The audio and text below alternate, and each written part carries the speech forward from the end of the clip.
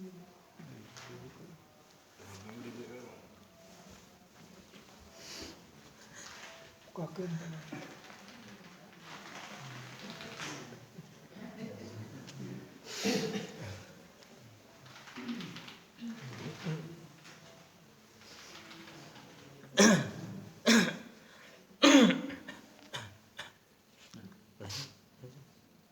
Assalamualaikum warahmatullahi wabarakatuh.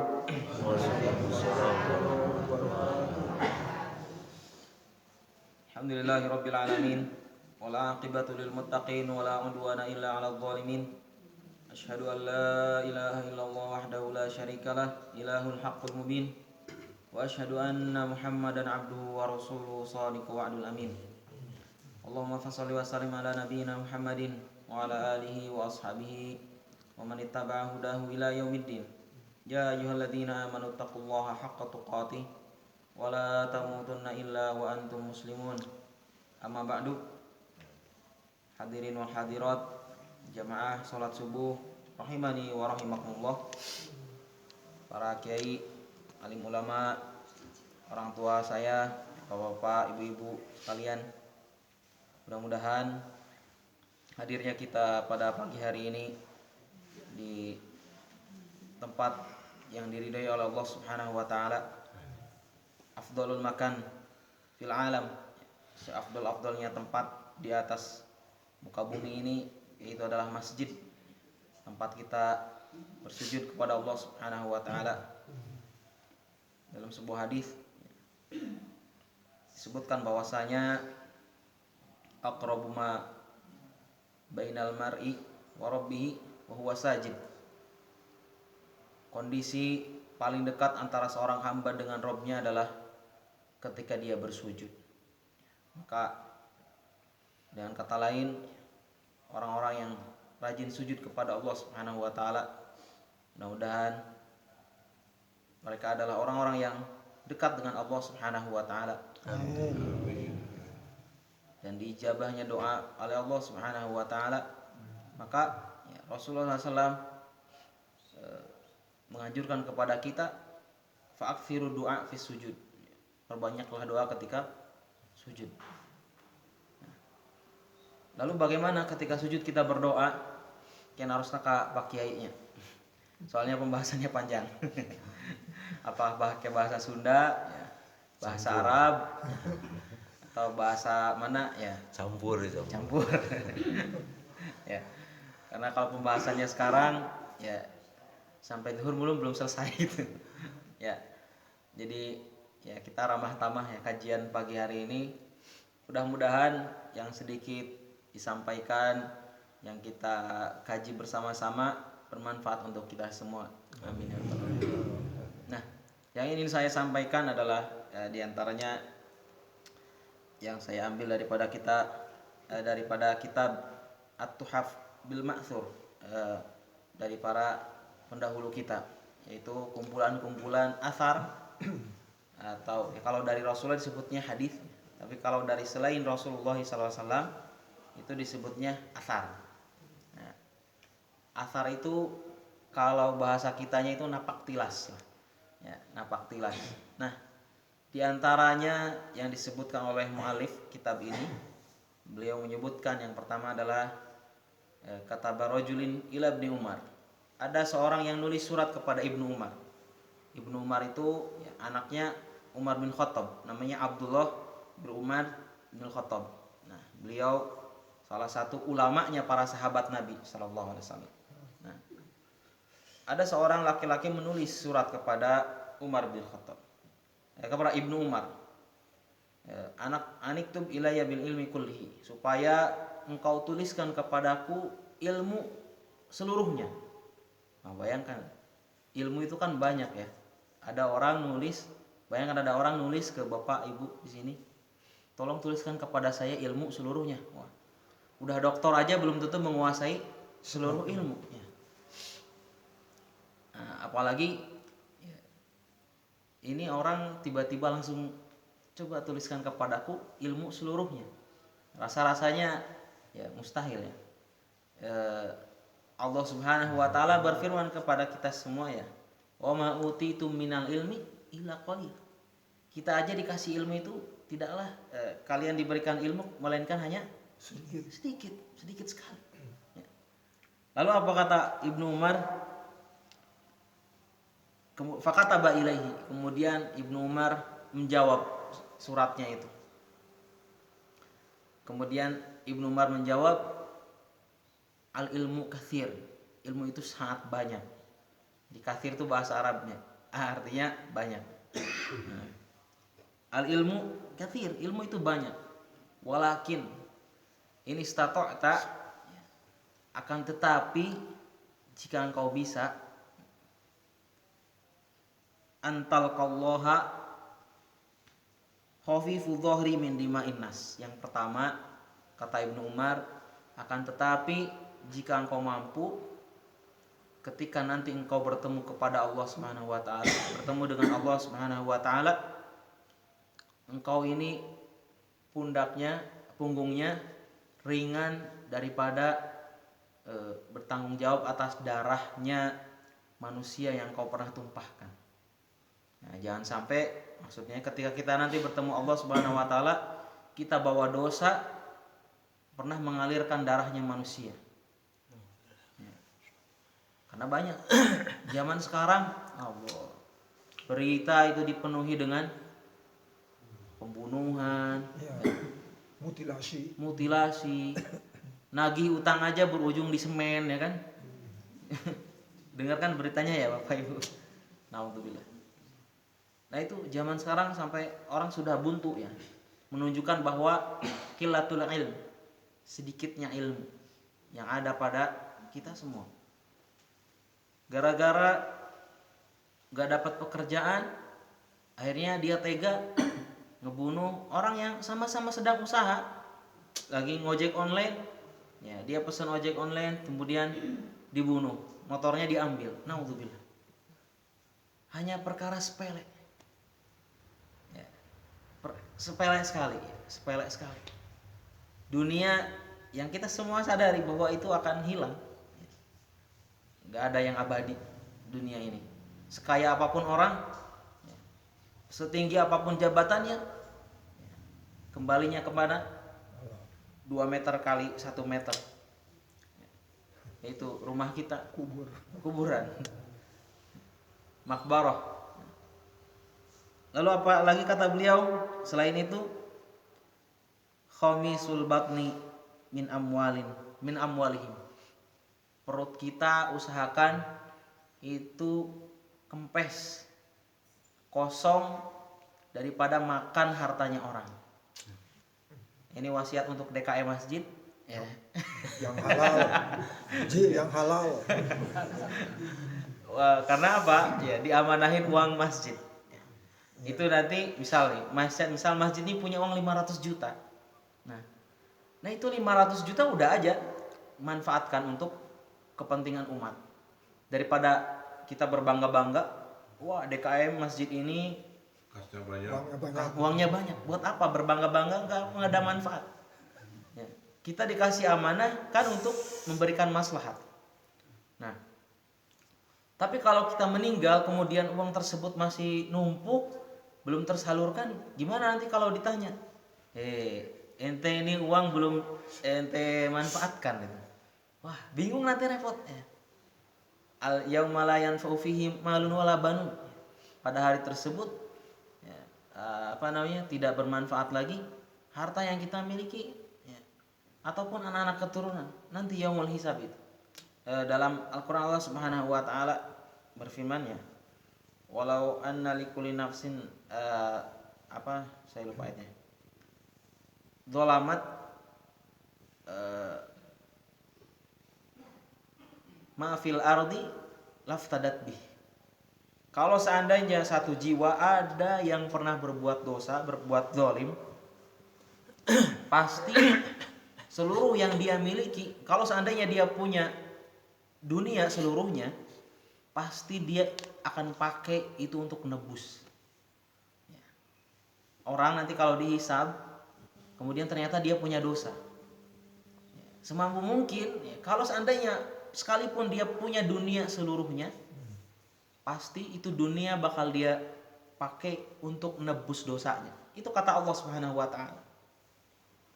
Dan ternyata ada orang-orang yang menyesal di hari kiamat itu apa? Wa asarrun nadamata lamma ra'aul adzab. Ya.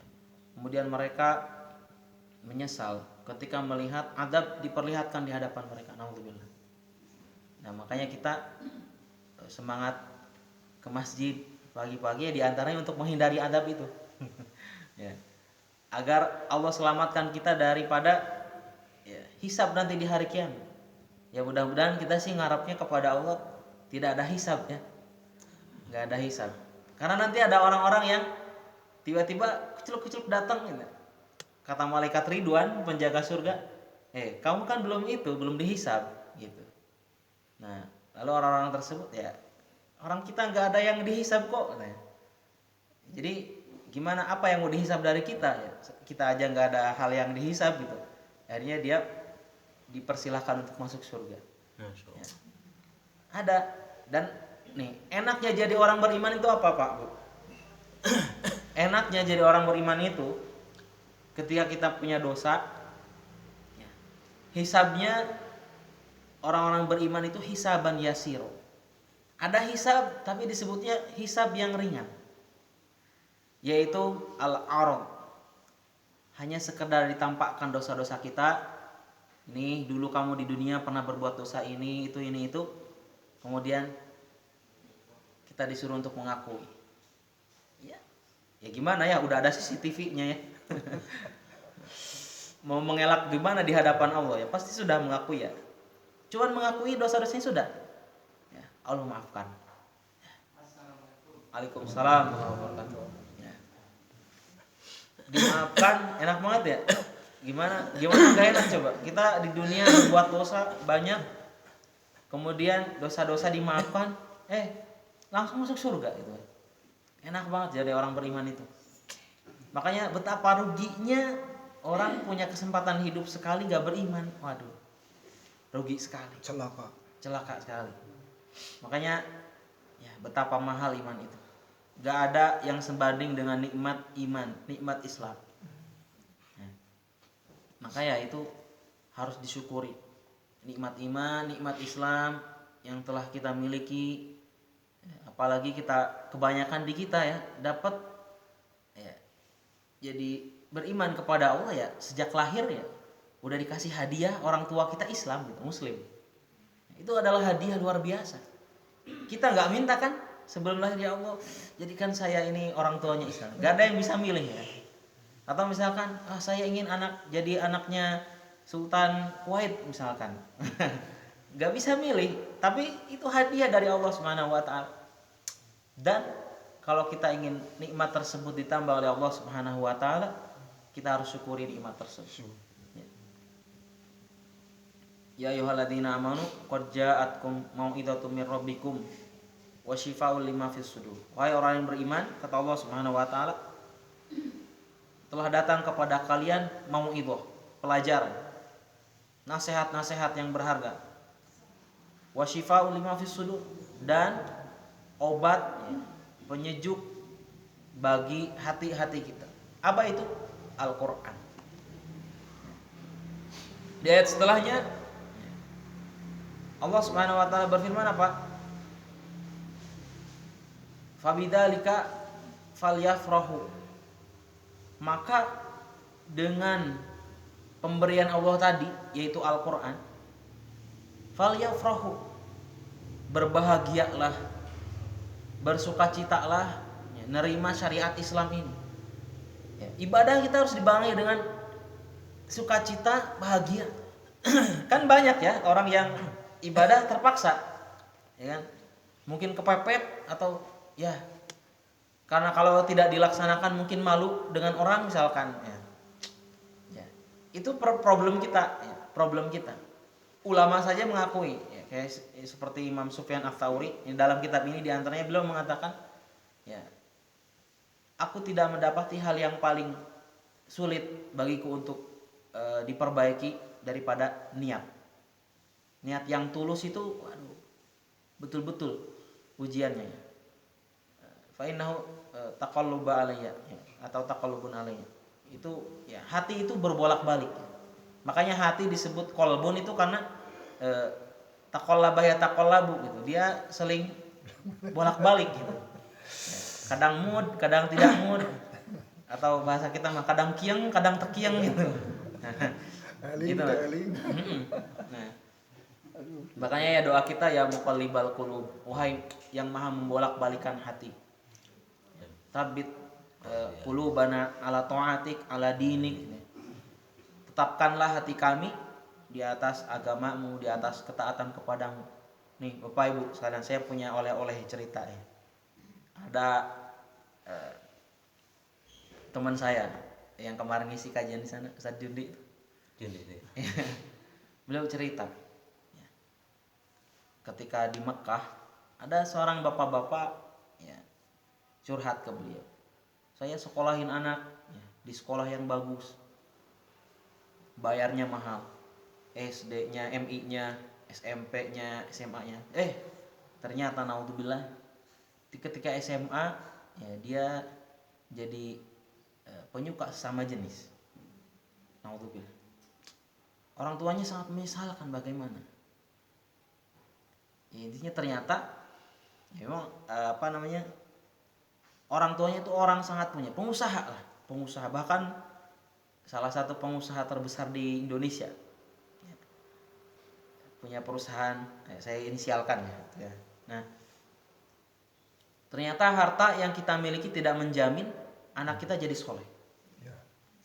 Dan dia awalnya nggak nerima nasihat-nasihat yang dikasih sama teman saya ini, sama Ustaz Jundi itu. Ya, beliau menasihati bahwa ya di rumah kita harus hidupkan ruh imani ya. Kita ngasih contoh. Ya, sesekali kita hidupkan rumah kita dengan sholat sunnah, supaya anak istri kita melihat, nyontoin.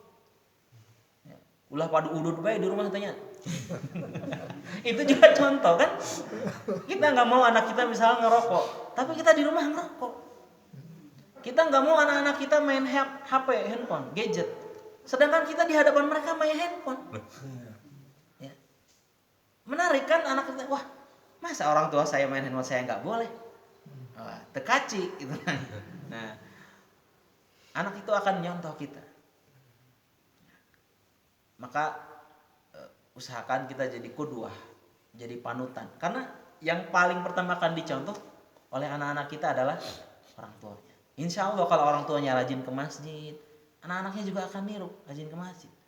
Dan ketika kita nyuruh anak, ayo ke masjid, mereka nggak akan, wah si bapak gitu ke masjid, nggak akan begitu. Tapi oh ya, insya Allah. Nah kemudian nasihat yang selanjutnya,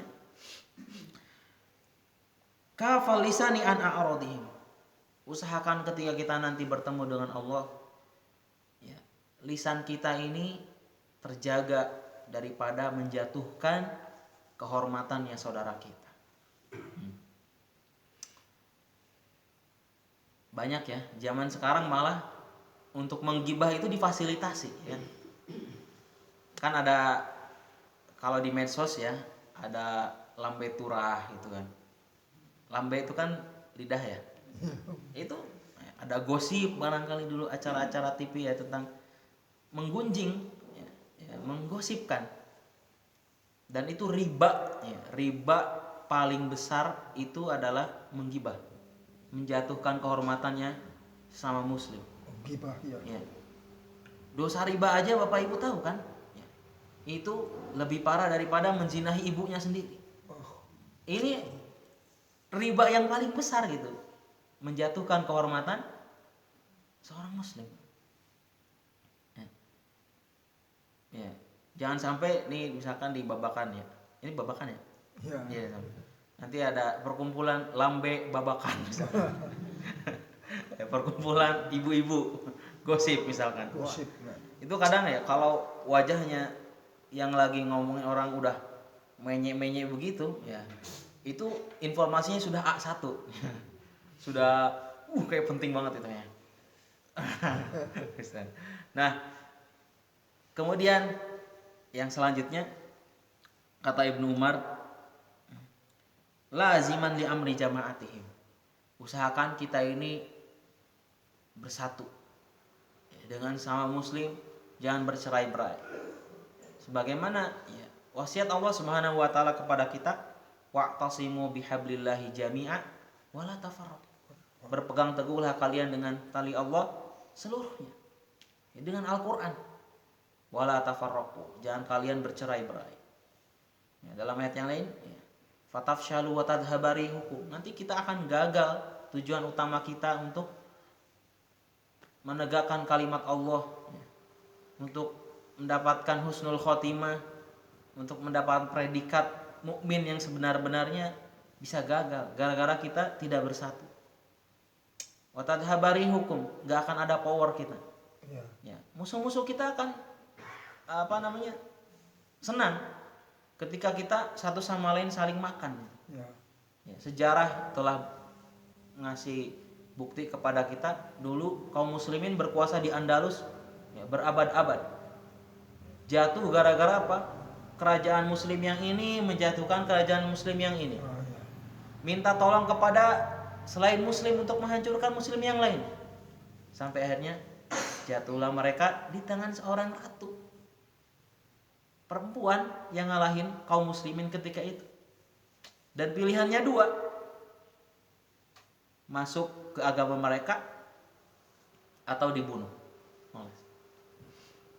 Gimana tuh kalau sudah begitu? Naudzubillah. Ya, mudah-mudahan anak keturunan kita ya tetap di atas keimanan kepada Allah Subhanahu wa taala. Dan mudah-mudahan Allah berikan kepada kita husnul khotimah. Nah, yang terakhir ya, apa kata beliau? Faf'al. Maka lakukanlah nasihat-nasihat tadi. Ya. Itu adalah wasiat-wasiat yang sering kita sendiri yang melalaikan. Poin-poin yang ya mungkin dianggap sepele, ternyata itu adalah hal-hal yang penting yang sering kita lalaikan barangkali dalam kehidupan kita. Ada orang yang pernah ngadu ke salah seorang ulama tentang si fulan, sesama muslim saudaranya. Apa jawaban ulama tersebut? Kamu udah berperang sama Romawi enggak belum? Katanya. Kamu udah perang sama pasukan ini, pasukan itu? Belum. Gimana? Apakah mereka sudah berislam di tanganmu? Ya, dia juga mengatakan tidak. Itu mereka belum kau perangi, tapi saudara kamu sendiri nggak selamat daripada gunjinganmu gitu. Nah, naudzubillah. Itu saja barangkali ya, mudah-mudahan apa yang disampaikan pada subuh ini bermanfaat dan mudah-mudahan membawa perubahan yang baik untuk kita semua. Amin. Saya akhiri dengan doa kafaratul majelis. Subhanakallahumma wa bihamdika asyhadu an la ilaha illa anta astaghfiruka wa atubu ilaik. Wa akhiru da'wana alhamdulillahirabbil alamin. Barangkali ada pertanyaan? Mangga barangkali aya nu bade naros. Bapak atau napi ibu? Tah ibu-ibu nu ngalahirkeun barudak. Sabab tata kudu jadi investasi surga, investasi akhirat. Masya Allah. Anu ngadungakeun surga di telapak kaki ibu, tata abdi umat. Tapi langsung banyatannya. Siap. Kadang-kadang jadi ngabandungan galakat zaman ayeuna. Budak ayeuna jadi secara psikologi kelas 3 SMP ke SMA 1 2 eta keur membejana berontak. Contohan ku kolotna komo lamun teu dicontohan. Diajak kanu bener, komo lamun teu diajak. Ari geus diajak digeuingkeun, dicontohan ku urang jadi kolotna, eta dosa teu kolotna. Nah, mana kuring kamari waktu Isra Mi'rajnya teh kamari teh. Masjid ke masjid itu selalakon Nabi teh panama. Jadi jelas. Mun sering uksim kuring sebutkeun, muga-muga Masjid Alimah ieu jadi kendaraan anu mawa ka surgana Allah. Amin. Amin. Asal urang ngamamurkeunana. Ulah sarieun aya panggilan masjid teh. Nah, itu. Terus macam zaman aina eta timbul di masyarakat urang. Aya bisa seorang diestafetkeun padahal manehna teu nempo fakta secara hukum oke lamun urang ninggal kejadian kudu aya saksi tilu. Jadi tapi anu cek si A, cek si B. Akhirnya al-fitnatu asadu minal qatli. Memfitnah lebih kejam daripada membunuh. Nah, eta. Jadi lamun urang ngadenge ieu hoak, berita soak tah hoak kana. Usum. Kadang-kadang dipercaya berita soak, hoak. Tapi ada nu kanu bener, ya upami ninggal ya. Jadi jelema mah hirup. Ninjal nyara cah hirup teh. Lamun ninggal kana haliah dunya, tempo sahandapun urang. Tapi lamun kana ilmu, tempo saluruh urang. Seuring kata je ya masih anu 29 tahun 29 tahun bayangkeun masih jajaka tingting. Terus gaduh Pak terus gaduh Terus asam gaduh. hanjakalan teh Sugan teh masih kana single anu boga budak istri. Kakak ngadeuketan. Tapi untungnya teh terus gaduh jadilah. Nah, jadi bergaul teh nita bergaul ka budak anu pemuda-pemudi bergaul teh jeung jalma pemuda-pemudi anu saroleh-saroleha. Lamun cekolot baheula cenah jalma mah kumaha gaulna. Lamun gaul jeung anu tukang ramehong urang kawa mehongna, tapi lamun bergaul jeung tukang minyak sengit kawa sengitna. Anu dimaksud tah antara goreng jeung hade tata kitu pesek siloka orang tua jalma kolot baheula mah kitu. Terus di baheula di zaman keur budak eta di mana aya nu maot tausiah kitu-kitu wae.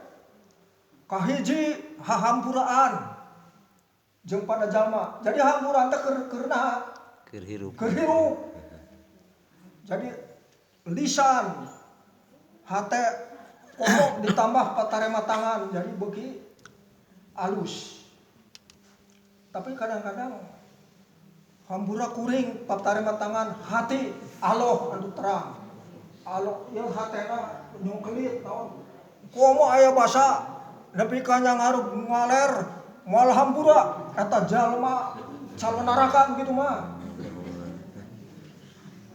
Jadi keur hirup aya RT, aya RW tuh. Rukun tetangga, rukun warga. Rukun tetangga. Jadi jeung tetangga sakeluarga heula intern keluarga urang. Nah, gitu. Nah, terus tetangga jeung tetangga. Eta ari rek diberangkatkeun jenazah geus teu ngadenge geus gitu. Dalam ngadenge mah kana omong kuring jalma hirup deui. Tapi geus maot segala organ tubuh geus teu berfungsi gitu. Jadi urang ngahamburan teu hirup. Tak itu lamun teu hahamburaan keur hirup kuring ingat bae ka kasepuhan Haji Ustaz Kyai Haji Bapak Uhi kasepuhan Suwargi. Eta jalma duanana teu hamburaan di dunya keur hirup kabawa maot jahiliyah kabeh. Ari zaman jahiliyah teh zaman kabodohan anu kacia bodona. Ari ayeuna man disebut bodoh teh kudu alewoh. Ulah bodoh ka totoloyo. Tak gitu.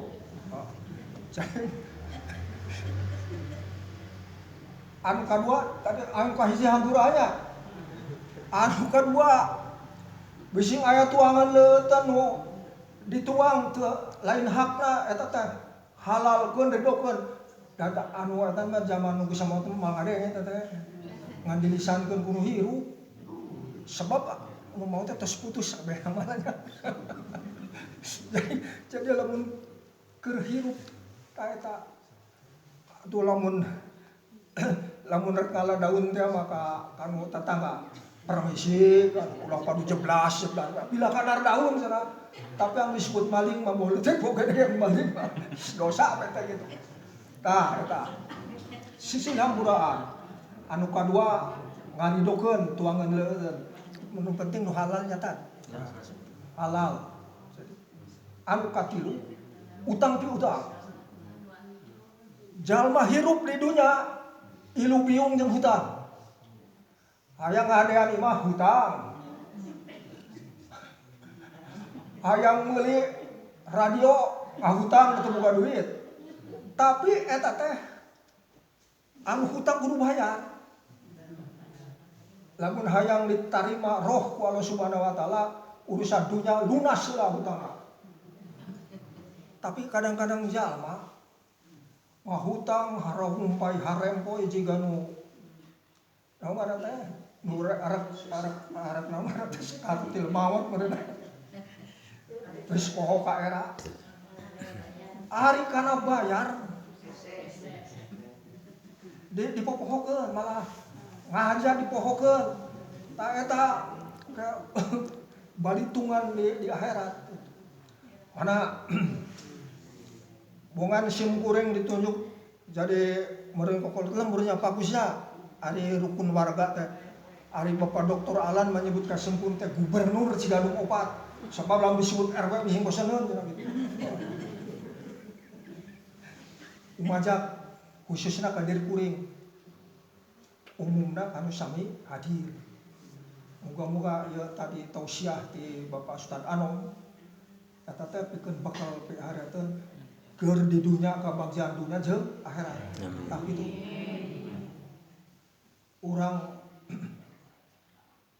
emut karena dawuhan Rasul cenah kitu. Nanti di akhir zaman di kampung di dusun pelosok-pelosok dibangun masjid mewah. Tapi ari ngeusianana ngumurkeun anak kosong. Nah iya. Jadi tapi kuring mengharap sebab babakan Cigadung 100% Islam.